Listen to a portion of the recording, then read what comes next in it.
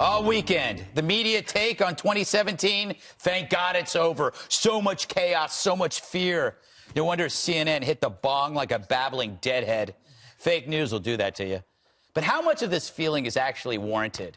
Sure, 2017 was bad for ISIS. Yeah. Which means good for us. 2017 was bad for North Korea, who faced new pressure from old pals. That's good for us. 2017 was bad for pessimists. As consumer confidence returned, that's good for us. 2017 was bad for our other global rivals as we renewed emphasis on national security. That's good for us. 2017 was bad. Bad for the media, under fire over bias and undermined by Twitter. Because you are keeping them on their toes. Good for you. 2017 was bad for colleges, all plagued by social justice tyranny. But as the web continued to offer free curriculum to everyone, cracking the monopoly of academia, that's good for you. Colleges are dead. 2017 was bad for countries getting rich off our energy needs. But that's good for us frackers. 2017 was bad for despair as poverty declined and health improved. 2017 was bad for Harvey Weinstein, which is good for everyone else. 2017 upset the irritating, from Kathy Griffin to Chelsea Handler. That has to be good for us. Now, of course, there were awful events of unspeakable tragedy, from hurricanes to shootings. These events never truly leave us. They appear every year, and they will do so in 2018, sadly. But looking ahead, let's not fudge what's been left behind. It's not as bad as they want you to believe, and it could be even better now. Or worse, who knows? Keep your chin up. Love it. All right, Jesse, that was a look back, because we know history will see this differently than the media did. Looking forward, what is your feeling, Mr. Purple Tie? MAGA. It's not purple. What would you call that? Magenta. Oh, yeah, Magenta. It's wool. I also Way liked to how you use said your words. frackers. I've never heard that one. Frackers? Yes. I think Trump has a very clear vision about what he wants to accomplish, and he needs help from the legislature. He did all he could executively this past year, and the two big wins at the end came through help from the legislature. Infrastructure is what he wants, and naturally, real estate tycoon and developer, he's going to obviously take a huge interest in it. It's not going to be like the Obama stimulus plan, where it was $1 trillion for shovel-ready projects that were never shovel-ready. Trump's always been known as someone that's going to do things on time and under budget. So the asset here for him is he gets to leave the White House and campaign for these things in swing districts. And the pitch is going to be, dumb politicians have wasted trillions in a sandbox in the Middle East with nothing to show for it. Let's rebuild this country. And it also woos blue-collar and middle-class voters. He already cut their taxes. Now he's going to spend money. And he's forcing the Democrats to say, are you going to vote with crying Chuck and Nancy? Or are you going to vote in the interests of your people? And the same thing with immigration. That splits the Democratic Party, too, because they have, on the one hand, middle-class people whose wages go down through open borders. And I think a lot of union people also want the wall built. But then you have very loud Hispanic activists that are going to donate a lot of money, and they're probably going to tie themselves to bulldozers on the border to stop the wall. But the Republicans are in a box, too, because on the one hand, they want to end chain migration and the lottery system.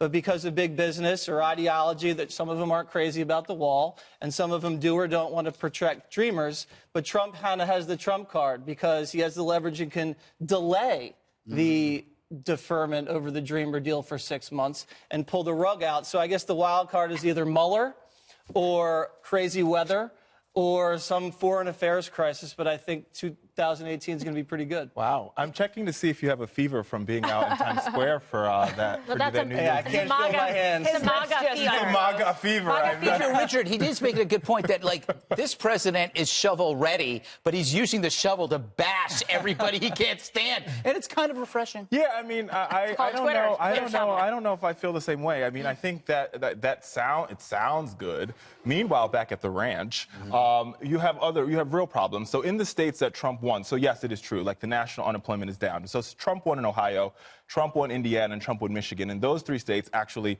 the unemployment numbers are actually up, right? And Trump hasn't done anything to solve the fears of those individuals. The factories aren't being built there, jobs aren't going back there, right? And he hasn't found a way to fix that. So maybe this infrastructure... Up from when? I mean, from 2017, unemployment rates went up. The unemployment rates went up, and the unemployment numbers have gone up in those places. So there's less jobs. Okay. Michigan, less jobs. Indiana, I don't less know about jobs. that, but okay. Ohio, look, just check Fewer jobs? I will. Fewer jobs. Thank you. Fair. All right. But I'm going to have to cut you off for that mistake. you can call. Listen, Graham. You could check my One's grammar. an editor, but always an editor. you could check my grammar, but the facts still remain. There are fewer jobs in these places, and Trump said that he was going to bring jobs and he was going to make America great again for those individuals, but that's not the facts for them. And so what he's going to have to get it done for these individuals, and he's going to have some stumbling blocks. His number one stumbling block is he's going to deal with he's going to have three senators he's going to need to get infrastructure done. They're all three deficit hawks, right? McCain, Flake, and from Tennessee, and I'm escaping on his name. I love it when people do three things. Corker. Oh, there you go. And he's going to need them, and he doesn't have them. And so, on top of the fact that this tax bill added $1.5 trillion to the deficit, any infrastructure bill that passes is going to add more to the deficit, and he's going to have a problem getting these three Republicans to vote with him, on top of the fact that he can't woo Democrats. I love it when liberals start talking about debt. You know, that's amazing. Anyway, Kimberly. Republicans used to talk about debt, and then all of a sudden that went out the we window. learned from you. We learned that debt doesn't matter. No. Kimberly, Richard brought up infrastructure. Yeah. I believe we have sound on tape of Right. Sarah Sanders. Do you want me to play it? Please. Say please. Pretty please. Okay. That's the nicest I'll be to you. Infrastructure, welfare reform, border security, which of these is the primary focus in the early stages of 2018? The president was elected because of his ambitious agenda and his desire to get a lot of things done. The things that you listed are certainly going to be big priorities for us in 2018. A lot of the meetings that the president has this week with leadership will help determine what the best strategy is on each of those individual areas, but those are certainly welfare reform, infrastructure, responsible immigration reform, and healthcare will all be top priorities for the administration this year.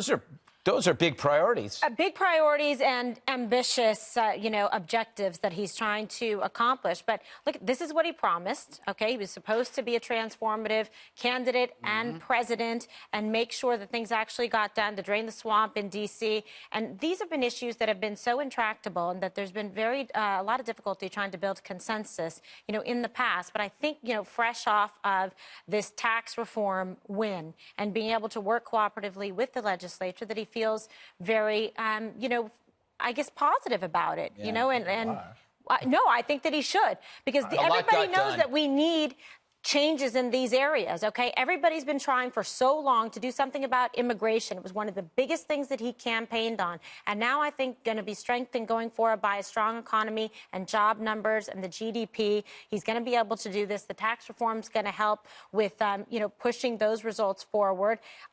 Immigration, I think, is going to be one of the tough ones. I think healthcare is actually a lot more doable now that what happened with tax reform and the mandate. Dana, I want you to take it all home. Did you read the Victor David Hanson piece in National Review today? Nope. I saw the headline, though. It was The Great Experiment. Talking about how we're going from the most progressive president in history to surprise, probably the most conservative president since Reagan, which proved me wrong. Remember, because I didn't have any idea of what Trump believed.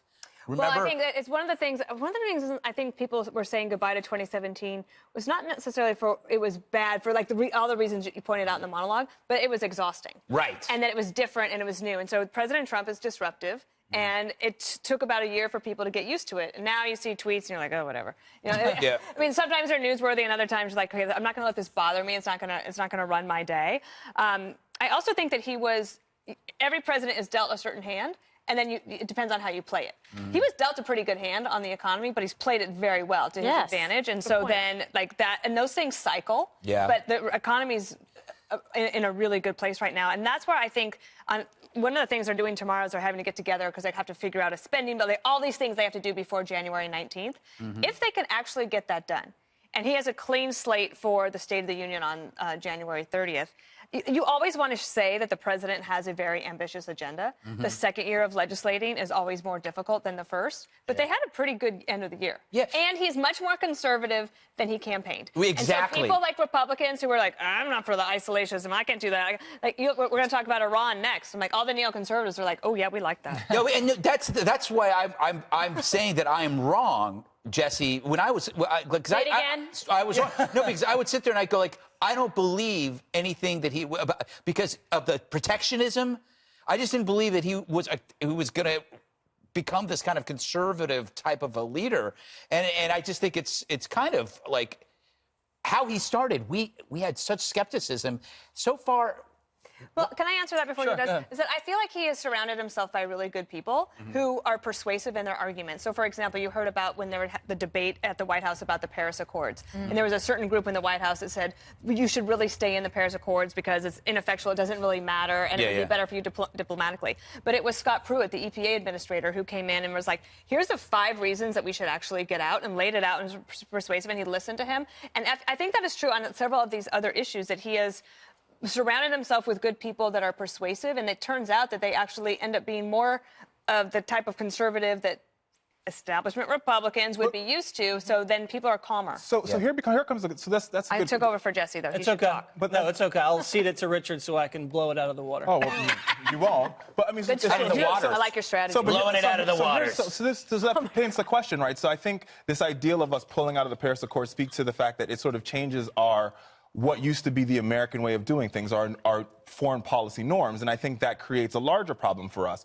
A recent poll in Germany came out that says Germans actually trust the Russians. They find the Russians more credible than they find the United States. So as Germany... Why should we care about what the Why don't Germans we? No, well, we actually should care about what the Germans think. No, I because care when about we what need- Americans This think. is No, worse than a Juan Williams poll. No, this is why it But matters the Germans- because we need the Germans The to Germans back. are we upset, need everybody. We need the Germans to back us on The sanctions. Paris Accord wasn't the first We thing need the America ever Germans- pulled out of. Like we when Bush need- pulled out of Kyoto, We need the Germans to back us on sanctions. We need the Germans to back us on joint military operations. We're probably going to need the And they Germans to will. back us on Iran. But why- And when we don't have They did back credibility, us on David Hasselhoff. when we don't have credibility God in they Europe, took him. which is supposed to be our number one, when it comes to continents who are our number one allies, we need the Germans. We need NATO, and when we lose they need that us. normalcy, Yeah. that's a They need us. problem. Yeah. Well, listen, no one's going anywhere without the United States paying for NATO, and now they're paying up their fair share. Pretty much and I paying think for the everything. UN Security Council just slapped a few sanctions, 15-0, on North Korea, and I think there was a few European countries Listen, there, Richard. I think we're spending our goodwill a lot faster than we have it, but hey, maybe Hey, where I did think things are Obama's going on. goodwill I think get that's us for 8 funny. years? Nothing. ISIS.